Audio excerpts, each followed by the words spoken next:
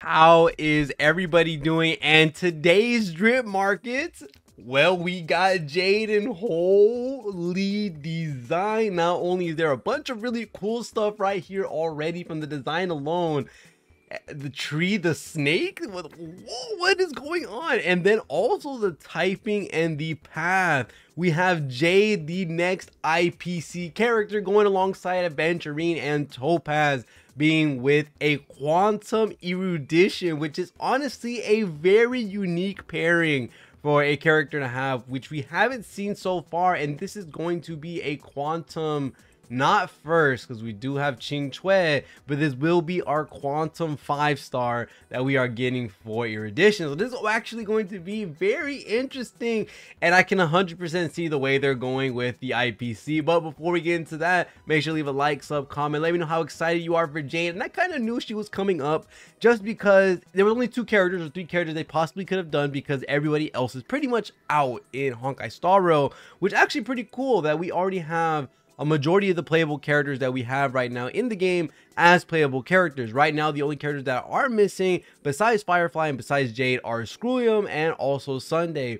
Besides that, the other 2 characters, which are those Screwlium and also what's the other guy? I'm blanking. Sunday. Those are the only 2 characters who aren't playable that we know of so far as of the story. So either they're about to ramp up with a bunch of introductions very soon, or they're about to pull out the Everflame Mansion characters or something like that. There's just a bunch of characters that they can pull from, but we haven't seen in a playable model. The only character we have seen was Jade, but we had the Sunday playable model too. So there's a bunch of really cool stuff, but main thing is to talk about right now, which this is actually very interesting to see what they're going to be going with when it comes to this snake with Jade. Ooh, this is so cool. But erudition quantum is something we are gonna have to look forward to. Now, right now, the only character that is a DPS for the most part in the 5-star category, or we can also count Ching Chue as well when it comes to a main DPS, is going to be Ching Chue and also Cele. So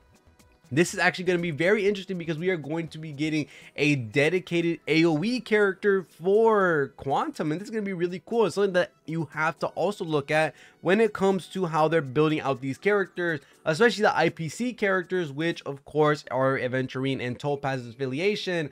A lot of these guys like to follow-up attack, and that's something funny that they are trying to play around with, and this is something really cool to see. And the main thing I want to look at 100% is what are they going to do with this follow-up attack? How are they going to proc it? How beneficial is this going to be for Aventurine, for Topaz, for Ratio? Because this definitely can be part of a team that's going to be super fun, and this also can play into a part with how Pure Fiction is, because as you may know, Pure Fiction is going to absolutely love these units coming into the game that are in erudition that deal AoE damage, because it's going to help you clear the stages a little bit easier. So actually very interesting. We only have Ching Chue, we only have Cele, and then we also have Shui Yi in a way, because Shui Yi is raising up through the ranks with her break effect type of playstyle in the way we're playing in. There is a couple of things to look at when it comes to this, not only from the quantum side but the erudition side. As we may know, as always, that the erudition side kind of has never a smooth landing when it comes to them coming out as a character.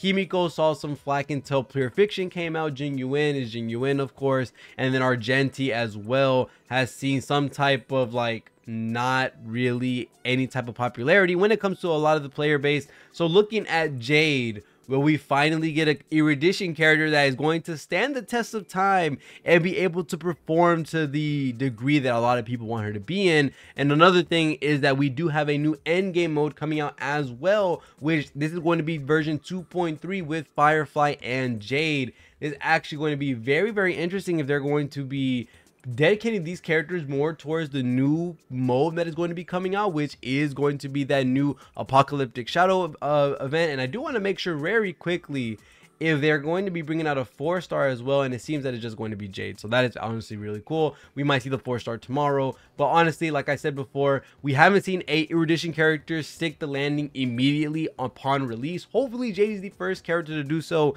and hopefully Jade is either going to be a very strong character because right now in Honkai Star Rail, especially for a lot of the newer players, or not for the newer players, but a lot of the veteran players, a lot of the day one players, a lot of the PlayStation players when they released, we already have our DPS slots filled in for the most part, and we have the sustains, we have the supports for the most part in regards to all of the characters that we need for our teams. So what is Jade going to provide when it comes to her being an erudition character? Because as you may know, a lot of the characters in the erudition path at the current moment aren't big, hard top hitters for the tier list or for DPS or anything like that. You really only use Himiko and Herta for pure fiction, and then the rest of these guys get replaced by their destruction substitutes, their hunt substitutes. There's just many other paths right now in the game that are so much stronger, like Acheron, like Dan Heng, Jingliu. Blade is starting to fall off slightly when it comes to his place in regards to these top hitting teams like Jingliu, Dan Heng, Acheron, Kafka, Black Swan, all these different characters.